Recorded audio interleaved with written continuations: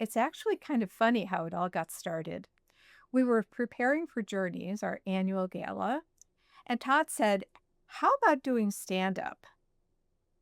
"No way," I said. "They will never do that." I was wrong. People really like to comment on the hairstyle that you do. So my favorite was the most service barista. She opened the door at the window and she looked at me and she goes, "Wow, looks so cool." So I was like, "Thanks, it's cancer." She's like, "Well, you're killing it." I was like, "Actually, it's killing me."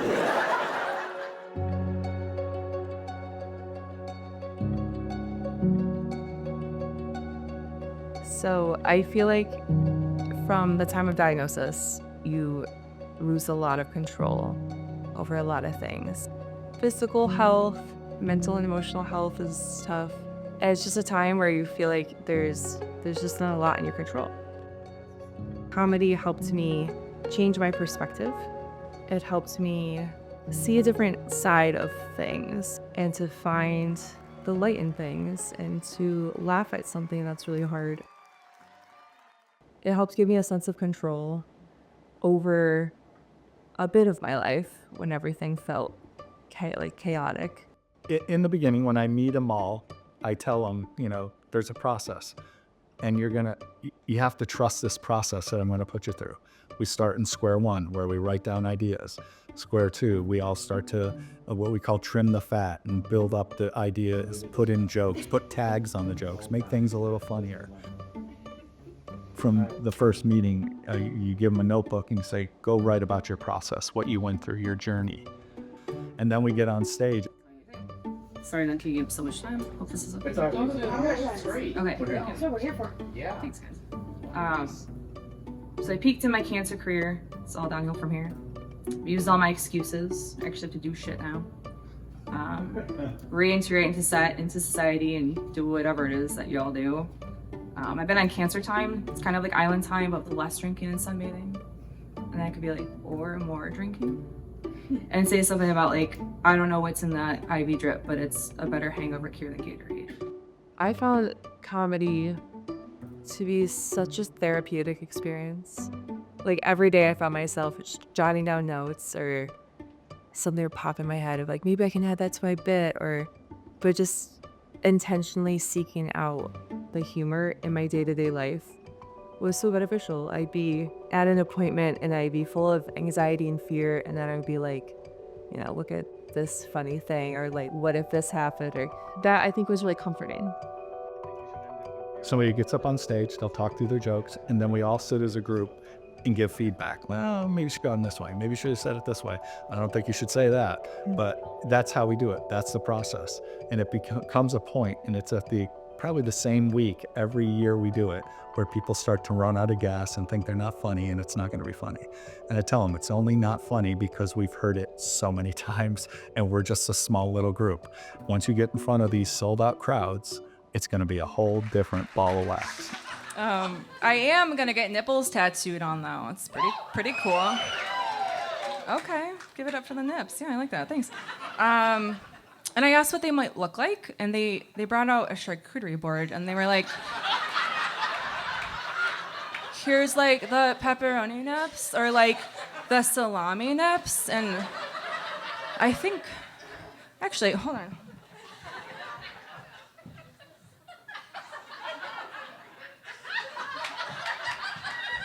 Kind of like this. I think that might look good. The first time was there's so many unknowns to it, and you just gotta kind of trust him, trust the process. You start and you're like, oh my God, what am I doing? What did I get myself into? Where is this gonna go? Great to have you Am I guys getting here tonight. We're gonna have material? a great night. And then Play out the show. comes together. When you get to those, I want those to be bullet points. Trust is really important, especially when you're talking about vulnerable things with people. I think our group got along very well and got close very quickly because we're talking about things that are hard to talk about, that are important. but we had a safe space in order to do that. You know, I remember the first time I walked into 1330 and just had this feeling of like this is cool. Like, this is a space. This is where I can be myself. This is where I can talk about these hard things. This is where I can find community. But to have trust with each other in the group helped us to take risks and do this crazy comedy thing.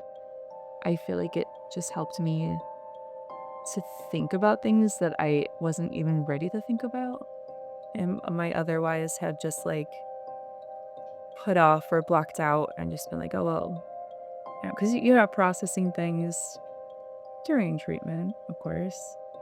And it kind of forced me to think of my situation and like face it and think of what was happening.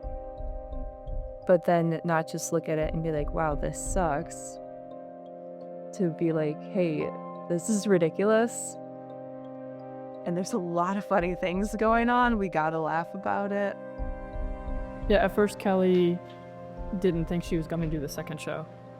It had been after surgery, and she had been through a lot. She had a lot of pain, and she didn't think that she had enough energy, essentially, to come and do comedy. But I just encouraged her to come and hang out with us, even if she didn't go on stage, even if she didn't do her set, and just laugh and just be with us, because that way she'll still be included. And she kept coming. I think for Journeys, I was in the thick of it in the sense of like chemo was all still so new. I hadn't really processed much of it, and it was just kind of like make some boob jokes and be silly, and there's a lot of anxiety leading up to surgery. And I think that time was more, this is gonna sound weird, but I was like excited almost. I had a really positive mindset. I was like, you know, I'm gonna fight cancer or whatever. Like, I'm gonna stay positive. I'm gonna keep my head up. I'm gonna do all these things. I'm gonna laughter. Let's do comedy. Like, great, let's do it. And then the reality of surgery and all the changes, and then you're processing things, and it's all kind of like coming down on you. And I think that shift was a lot harder. Things just got heavier and more real. I needed the laughter and the fun and the friends even more at that point. But it was overwhelming too, because I was like, this isn't funny. Like, I'm not having fun. Like, this is not a good time.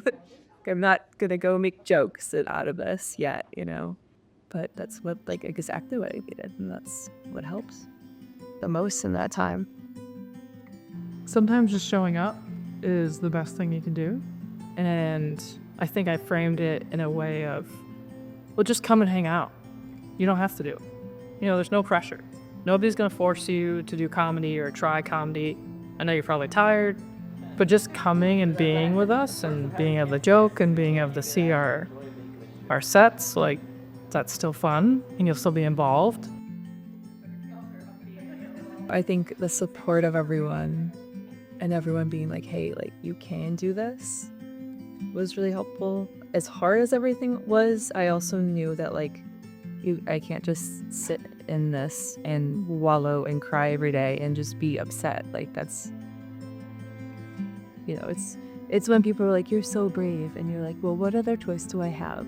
I'm excited because Kelly and I are doing the hosting together. We've become really good friends since the first show.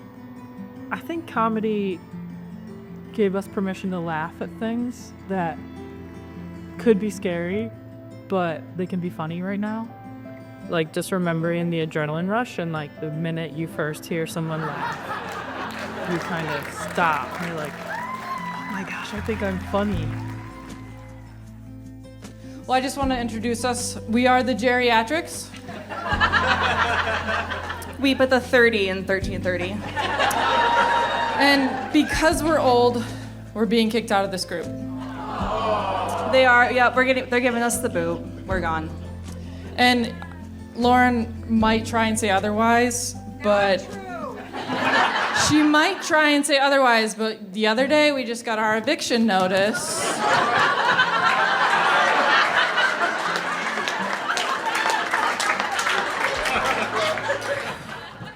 I think comedy really changed my attitude about things.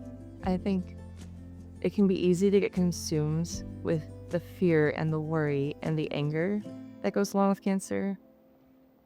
I think comedy, the biggest impact it had on me was it helped me lift a weight and lift the heaviness of all of the nonsense that is cancer and all the difficulties, and helped me find a way to be intentional about my response to things. And this has been my story and my experience, but I think it's a universal thing, and I think people can relate, and it's kind of everyone's story. And cancer sucks, but sometimes you just gotta laugh. And I am trying to be positive about the whole thing. I am. So my take on it is, I know I have killer moves. But who needs them with an ass like this?